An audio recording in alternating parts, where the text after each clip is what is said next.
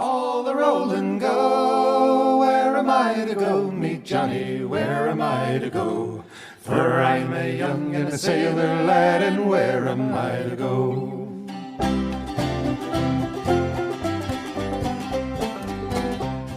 Hello, and welcome to Where Am I to Go podcast. Today we are in Albuquerque, New Mexico, and we are at the Wheels Museum. Now, I came here Saturday because I was with some relatives that had little kids, and I thought that this was going to be a chore to take care of these little kids while we were going through a museum. Wrong. I was totally wrong. The kid at 2 years old on up to 12 years old were totally fascinated by this place. And to beat that, Linda, at 60 plus years of age, was just as enthralled as the kids were. So I am excited to be here again to do the podcast. We're here with Liba, and she is going to take us through the museum and show us what she's got, and I think we are going to have a lot of fun today. Welcome, Liba, to Where Am I to Go podcast. Thank you so much for coming to see us. Well, thank you for having us. And we came into the museum the other day and we're basically floored by all of the things that are in here. Why don't you tell us how your museum got started, why it's here?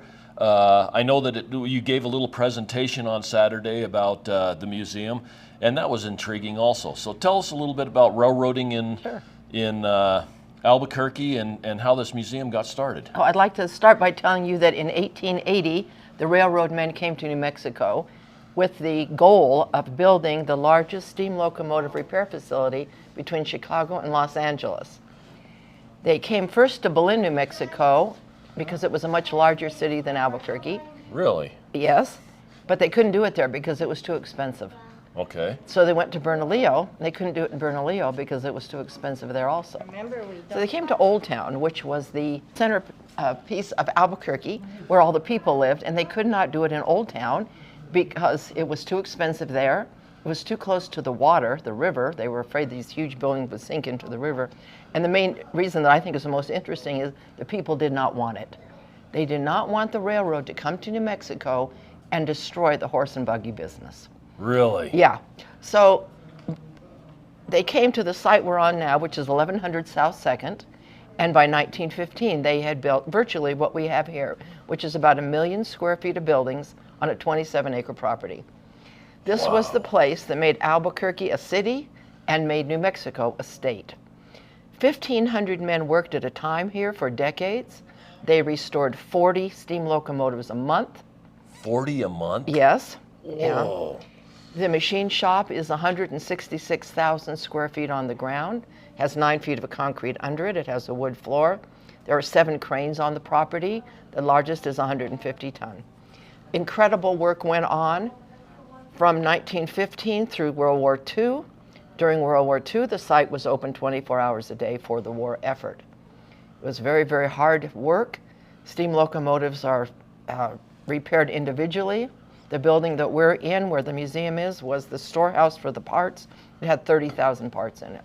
Wow. Men came from 27 different countries to work at the rail yards. One of the most interesting, I think, is the Swiss men who came because they were watch repairmen and they understood time. The railroad has its own time. Okay. This went on until 1977. In 1977, almost overnight, the entire site was closed. Everything was taken out, and the site was left to lie fallow. It became more and more vandalized, heartbreakingly, and in 1994, I decided to save the site. It was for sale by the Burlington Railroad for $2 million. Okay. The irony is that it cost about $2 million to build this site by 1915. It was for sale for the same amount of money that it cost to build it. I started working politically to save the site. We have had 4 failed developers on the property, but we have a mayor now who told me in a private breakfast before he ran for mayor, when I told him about the rail yards, he wants to make this his legacy project. Wow.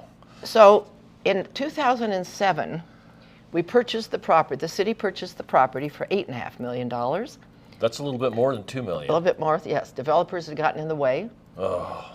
The problems were mostly remediation issues, which we have now corrected. The current mayor has put in a beautiful new parking lot. a beautiful new plaza. We put money into this building. The building that Wheels Museum is in is 21,000 square feet. Wow, We've been in 7 locations, but we now have about $4 million of exhibits. So as we walk through, I will tell you about some of the exhibits that we have and hope that you'll come to see them for yourselves. Okay, that's really interesting. Can I back up to something that you said in the very Sure. beginning? Was there a big buggy and wagon manufacturing? Not manufacturing, but just that was the business. We had horse and buggies in those days, and that's how business was conducted. And the people were afraid that if a railroad came in, it would destroy not the construction of buggy, but the businesses that the people had who had buggies. For example, my grandparents came in 1920. They were in the meat business, and they had horses and buggies, and they would deliver meat. So that's the style that life was in those days. I find that interesting, just because the automobiles should have been, I mean, the Model T and the Model A's were hot and heavy at that point in time. Railroad had already gone Well, that was cross-country. not threatening. The and- car was not threatening, but the idea of freight coming by train was very threatening to these people. That is interesting. Mm-hmm. Yeah, just really interesting. Okay, and when we were here the other day, we were talking to a guy, and he said that you guys even had a roundhouse for the trains that you guys are in the process of restoring. We had a roundhouse that was a 35-stall roundhouse. Wow. This site became the largest repair facility between Chicago and Los Angeles. It was a major hub for railroad. We had a mayor before I started the project who tore down the roundhouse for tax Really? purposes. Tore down the roundhouse. Later, I got very friendly with him, and I said, "Why did you do that?" And he said, "We didn't need that old thing." To me, that is a criminal act. He's long gone, and but I feel that way. I think to tear down something that iconic and historic, all of these buildings were going to be torn down. We had a developer from Texas who wanted to tear all the buildings down. That's when City Councilor Ike Benton, Mayor Marty Chavez, and I got together and got the $8.5 million together to buy the site. We got $2 million from then Governor Bill Richardson. And he said, "You can do what you think right with this money." And of course, we wanted to invest it into the property. We did not take title because we're a 501c3. We have a mandate to do a transportation museum here. Wow. But it's been a very, very difficult and very scary 30 years almost trying to save this property. You've done a great job with Thank this you. museum. Thank you. But I yes, heard that we were able to get the round house, what's left of it, moving. We have the somewhat. turntable, after over a decade, is now moving. We are partners with the 2926 Steam Locomotive Group. They took a locomotive, a steam locomotive that was in a park here about 20 years ago. They got it for $1 from the then mayor. They got it for $1 with the contract that they would bring it back home here when it's finished. So it's 20 years later. They've spent $4 million on redoing it, and it's in gorgeous shape now, and it's running. So now there are DOT issues and insurance issues to get it back home here, but we're working on that now. We're hoping. That locomotive needs the turntable to turn because it's so big. okay. And we have other locomotives interested in coming and other museums interested in coming here. Okay, and let me explain what a roundhouse is really quick. We've seen them in a couple of different museums, but a roundhouse is a great big rail track that turns like a turntable or like a lazy Susan on your kitchen table, and you have your repair facility so you can bring your train in. You can turn it to any one of what you said, 37 stations? We had 35 stalls. 35. Any one of 35 stations, and move that train into that stall in order to get it to be repaired and to be worked on, and then you can move it back out. And they also used them for putting them on different tracks to go to different locations. Absolutely, Is that correct? absolutely. So a train comes in from the north and you want it to go to the south. You don't really have an efficient way to turn that train around, so you put it on the round table or the lazy Susan, and it moves on around, and you put it on the track that's headed south, and that way there you can hook up to other cars and go the Yes. other And that we direction. have to remember that locomotive weighs about 1 million pounds. Okay. And another little side point that I learned at a museum is that those roundhouse turntables were very easy to move because of the way that they were balanced and the way that they sat, to where they said that a man could just about push that 100-ton train by himself in order to move it to the next track, even though they were set up with electric or other means of being able to turn it. That's right. It's very surprising how it's easy to move. That's just crazy to me. Yeah. I want to show you something that I think is equally fascinating along that line, if I may. Okay, definitely. Okay. Yeah. Where we're coming to now, we're in the steam room of the museum where we have all the exhibits of the men who worked here. We're looking at a picture of our building showing the 30,000 parts, and we're seeing all the men who worked here and the history of World War II. But we're coming now to something that I think is fascinating. This is a water wheel. Okay. And this wheel brought water in Vaughan, New Mexico to steam locomotives. Usually when I'm giving a presentation, I give a prize, but I can't give a prize to the people listening. But we'll pretend. Well, I'm here. Well, you're here. I have to give you, but you don't know the answer. But here's the answer. So this enormous double wheel was found in Vaughan, New Mexico. It's very, very rare. There were 2 of them found. One went to the Smithsonian, one went to us. Wow. This wheel brought water to steam locomotives. They required 25,000 gallons of water every 100 miles. 25,000 gallons. And that's one of the reasons that steam became obsolete. When you go around America and you see little towns every 100 miles, many of them are now ghost towns, they were promulgated on water for steam locomotives. Really? Yeah, so that when steam went out, many of these little towns disappeared. But I have a very funny story about the wheel. Okay, let me describe this wheel. Okay. This wheel is probably 8 foot wide. The wheels themselves are probably 7 foot tall. And what did it drive? How did it drive? The wheel had to have moved water somehow. It was a pump? Yeah, there was a pump. But an interesting thing about this, if you could look at it, you will see a lot of little pipes coming out. Right. Those are hand pulls. So if the power went out, men would turn the wheels. Are you serious? Yeah. And how big of a pump did this thing run? Do you know? I don't know how big the pump was, but it was big enough to and it was mounted like this over the top of a well, and then it would pump water into into the steam locomotive. Right into the steam locomotive, or into a container that they would then fill with. Okay. So 25,000 gallons every 100 miles. It's a lot of water. It's going to take guys a long time to pump 25,000 gallons. Very difficult. Here's the funny story about it. One of our volunteers found this down in Vaughan, New Mexico. Okay. And he asked the mayor, first he asked me, do I want it? Of course I want it. He asked the mayor if we could have it. So the mayor called me. And the mayor thought I had a picture of him. But I did not have a picture of the mayor. I had a picture of the wheel. Okay. And the mayor asked me in Spanish, don't I think he's very handsome? But I didn't have a picture of him. But I said in Spanish to him, you are very handsome. And we got the wheel. Well, that's good. Yeah. Nothing like knowing the right answer to the question. That's right. So then about 15 years goes by.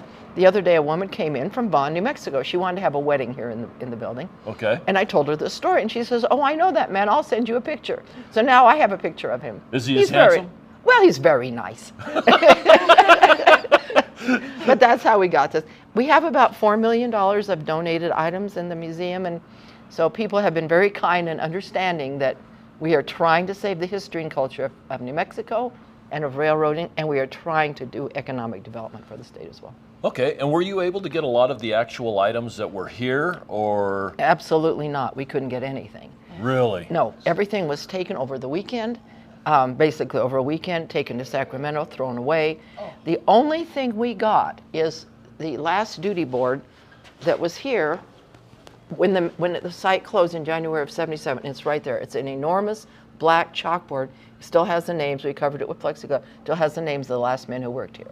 One of our board members was working here at the time, and he took it and saved it. And then when I started this, he said to me, do you want the last duty board here? So we did get it.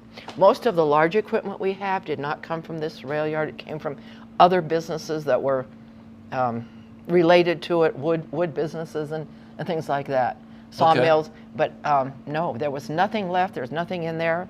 There's a firehouse here on the property that had a pole. That was stolen. The big hook from the crane was stolen. There's been vandalism. And so we're doing everything we can to avert that and make progress. Okay, and you have in this room you have a big bandsaw, you've got a big mill, you've got a buggy over in the corner, you've got some railroad memorabilia stuff in a cabinet here. We have World War II exhibits, Okay. including specifics about the men who were working at that time and who died. There were a lot of accidents. Yeah, you It was kind a of very described some of dangerous those place. accidents Very the other dangerous day. place, yeah.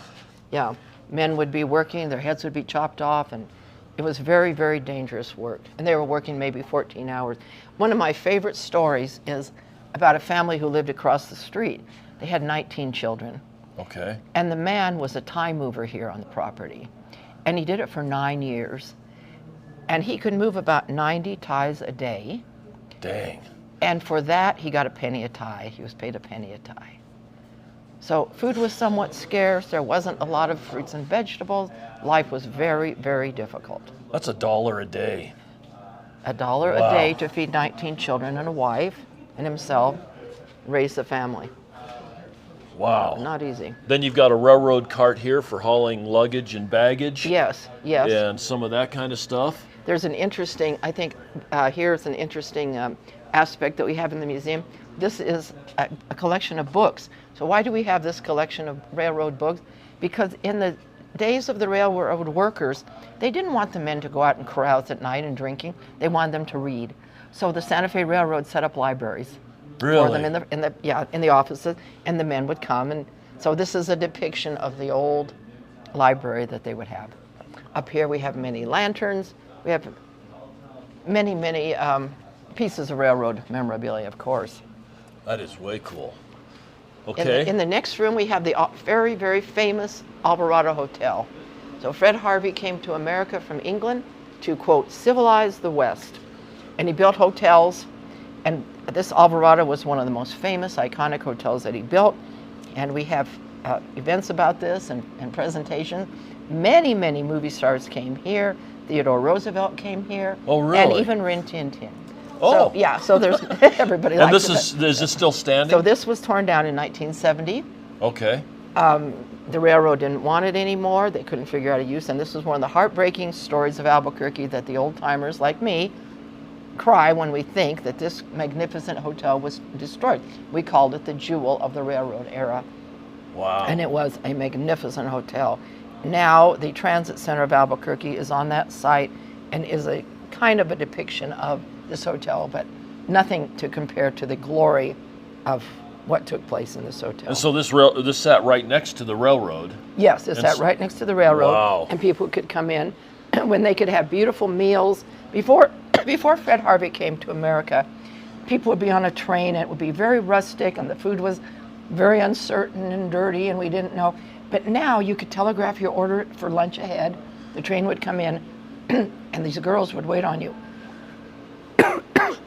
Fred Harvey brought 100,000 girls to the West to civilize the West, to be the waitresses, to serve the customers with a white dress or a black dress in the winter. They married the cowboys. We have thousands and thousands of dollars of authentic dishes, silver, and other items that came from this hotel. Wow. Yeah. That is just amazing. Isn't that beautiful? Yeah, it's all so beautiful. This is really, really neat. Thank you. Over here we have the model car exhibit. Okay, because cars have wheels. Because cars have We wheels. need to make a note here that this museum is a wheels museum. Yes. It is not just a railroad museum. That's right. We start off with the railroad, but we see more wheels as we go along. That's right. Wheels is an acronym. Okay. It stands for We Have Everything, Everyone Loves Spinning. Okay. So the underlying theme is the progress of society through moving. Okay. So where were we and where are we? Electric cars, space, where are we going with technology to improve our world? Okay. Yeah. That's a great That's the whole way gamut. to put it. Good. So Good. in here we have the Model Car Club. So we have hundreds of model cars. And we have thousands more that we could put on display. Wheels is bursting at the seams, and we're trying to get larger buildings to move into, and we're working with the city on that. We want to display much, much more than what we have on display, but we do have a wonderful collection here, including the helmet of Bobby Unser Jr. and other important stars of the racing world Okay. and their vehicles. And now when she says models, she's not talking about the kind that you bought when we were kids that came in a little cardboard box and you put them together. These are mostly the, I don't know if they're Franklin Mint or who puts them out, but they are the metal doors open and total recreations as far as interiors and everything else with these model cars. And how many do you have in here? It looks probably like 200-300. At least, yeah. Along with yeah. some of the boxes from the old models, Right, like what right, we were to talking show, about, the yeah. glue together ones, and Yeah. and this is just And a we have really hundreds nice. of thousands of dollars at our disposal, but we have no room for them. So a lot of things are in storage or waiting to be put on display. And that's really sad. There's a lot of museums Yeah. that have the basement is probably almost That's more right. fascinating That's than, right. than Yeah. the main displays. That's right. In our case, we have an attic. We also have an oil pit. This is our communication room. So we have record players, we have typewriters, we have telegraph machine, we have a printing press, piano, all kinds of things that relate to communication, and most of it is round. Yeah. Records definitely. That's right. That's the right. So it 8-track has tapes wheels. were round, but you had to look on the inside. That's true. To really see it. To really see it. And we come on across over here, and you've Okay. got a buggy and an old milk wagon Yeah. that was horse-drawn. This old milk wagon was nothing but literally just scraps, crumbs, and our volunteers put it back together and made it. It has a phone number on it from an actual dairy, 351. In those days, that's as much as we needed. Three Right. numbers were enough for a phone number. And we have a milkman here, and the model that's saying there is pregnant. We don't know. There's a milkman, and we don't know what happened, but she's pregnant, and she's looking there, but we don't know. We don't know what happened. We don't know what happened. Yes, yeah, that's We're right. not even going to No, speculate. we're not going to speculate. That was the old. We have wonderful big murals of our tram here, our airport, the train station.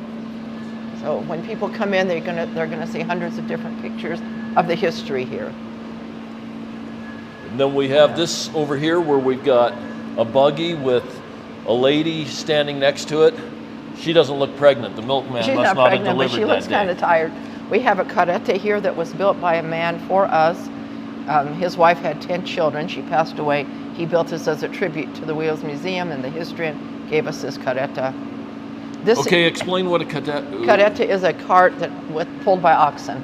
Okay, pulled and by it's a big oxen. cart. A great big cart. The sides on it are probably 5 foot tall, just kind of like a rail fence. Right. And the bottom deck is probably 7 by 10, and you could put a lot of merchandise in That's there. I'm right. assuming That's like right. cotton, wool, or those types of things is Beans probably what was yeah, hauled. yeah, my family was in the bean business, the peanut nut business. Yeah, that's right. This chair, it looks like a wheelchair, but this is a chair that you would ride like on a boardwalk. Okay. Then we have another interesting thing here. We have a dentist chair. People would ask, well, why would you have a dentist chair here? It was built by the Pullman Company. The Pullman Company built the train seats that would recline. Oh, okay. So someone gave us that relates to the Pullman Company. And then you have a treadle dental That's drill. right. And nobody wants me to fix their teeth. I've asked. What's the deal? I've asked. On your left, we have an enormous HO train layout with 5 layers of trains. It was built in Clovis, New Mexico. It's worth hundreds of thousands of dollars. Trains are going now. The Burlington is going, the Amtrak is going, Rail Runner's going.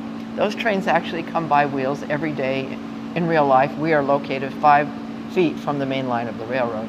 Okay. But this depicts the economics of the state of New Mexico.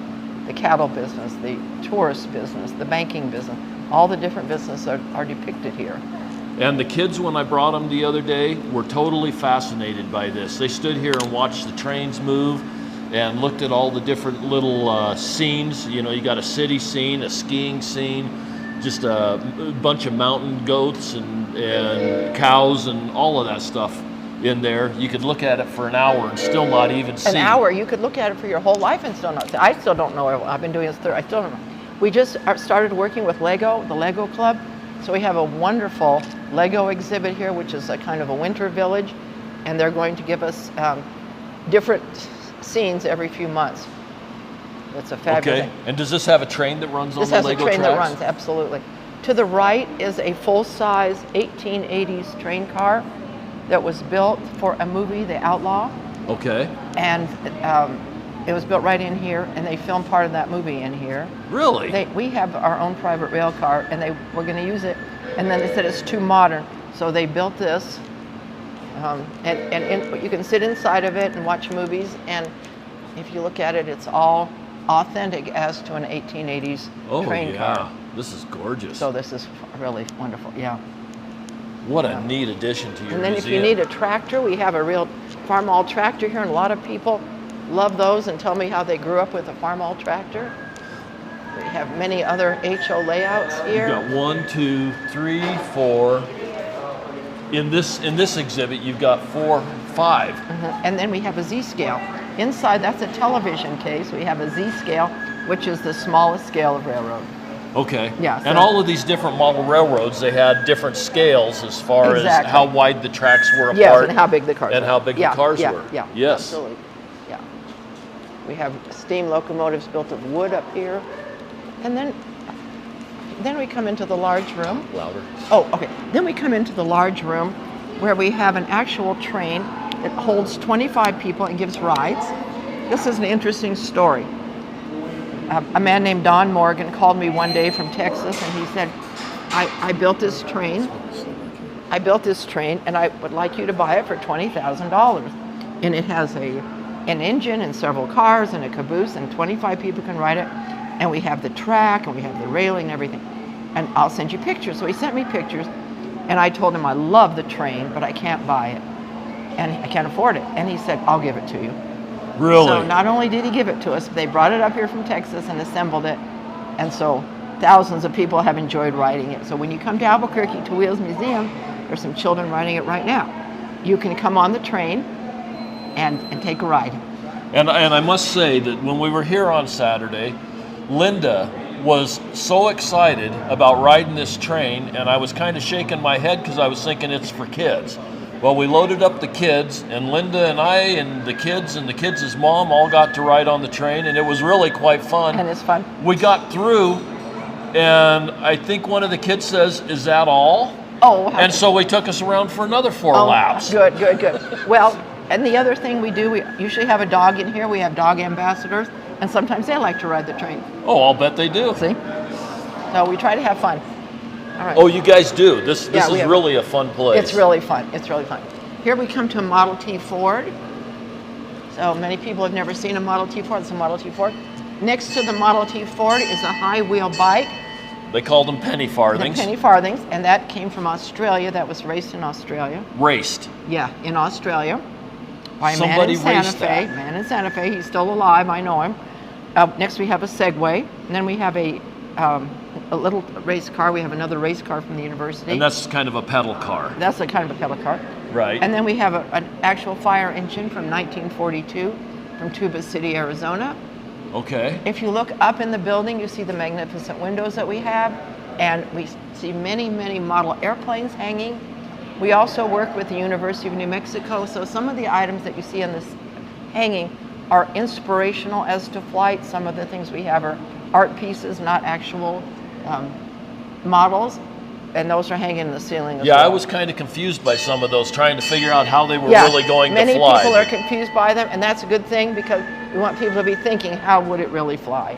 We have Okay. many murals in the building, beautiful murals depicting. They are very pretty. Thank you. You've got one with a car that's probably a 1998 and one that's a 1957. That's right. Okay. You can hear the train in the background That's just right, coming and around the it's corner. coming now. Exactly. We have a beautiful collection of model airplanes that were in New Mexico. We have an area where we can do musical events and other events. Let's hold up for just a second, let the train go by. Okay. I wish you could see this. This is an RV made of Route 66 billboards. And it was Oh. made by very famous art teachers. We went to the Cincinnati Museum of Contemporary Art. After years, we got it back here, and it was reconstructed. It has Colonel Sanders on the back, but this is all Route 66 billboard. If you open the door, you can go into the RV and you can shake around as if you were really on a trip. Oh, wow. And people love to come in here and shake around and have fun. Now we're coming to our exhibit of antique automobiles. We have Buicks, and we have Model A, and we have a star car, which not everybody knows about a star car, but this car was actually found in California, buried and dug up and re-muddied for the exhibit. But it's a depiction of sad Depression days when someone was trying to get to California and failed and left their car to sink down. And it's a pretty good depiction of that. Yeah, it was a sad story, but 1923 Durant Star. yeah. And then you've got a couple of trucks. We have like we have model. a Republic truck, and we have a Ford truck, and we have a 27 Buick here in very beautiful condition. We have a 1950 Buick, and when the man gave it to me, he started crying, and I said, "Why are you crying?" He said, "I don't want to give it away, but my wife doesn't want it." So that's how we get things sometimes. If you look up now in the ceiling, you'll see an actual airplane hanging. Okay. The other day we were at a market, and a man said, "Would you like to have this airplane that I built?" And he gave it to us. It was very hard to hang it in the ceiling, but he flew it many, many times. It's one. Wow. It had a Volkswagen engine, and he flew it. That's But he got cool. older and smarter and decided not to fly it anymore. Here we have a track checker, railroad track checker, with all kinds of tools and parts that go with it. Enormous wrenches and railroad equipment that you can see. Behind it, we're redoing a small nautical exhibit because that's part of transportation. Yeah. Right. And to your left, you will see it's about, I think, 60 feet long by about 40 O-gauge layout. And we have many, many, many trains on it. We were just given another collection of $30,000 worth of trains. Are you serious? Which we have showcased for, and the trains there. So we have hundreds of trains that can run on here. We work with many model train clubs. And this is just amazing. And this one was going, there was like 6 trains going at one time. And the steam is coming out. We have real steam that comes out, and there's the Ferris wheel's going around right now. Yep. Huh. So and we have a fair there and all kinds of depictions of railroading on the O-gauge. In front of us is some roller skates. We try to do all kinds of things that inspire all ages to understand our history and our future.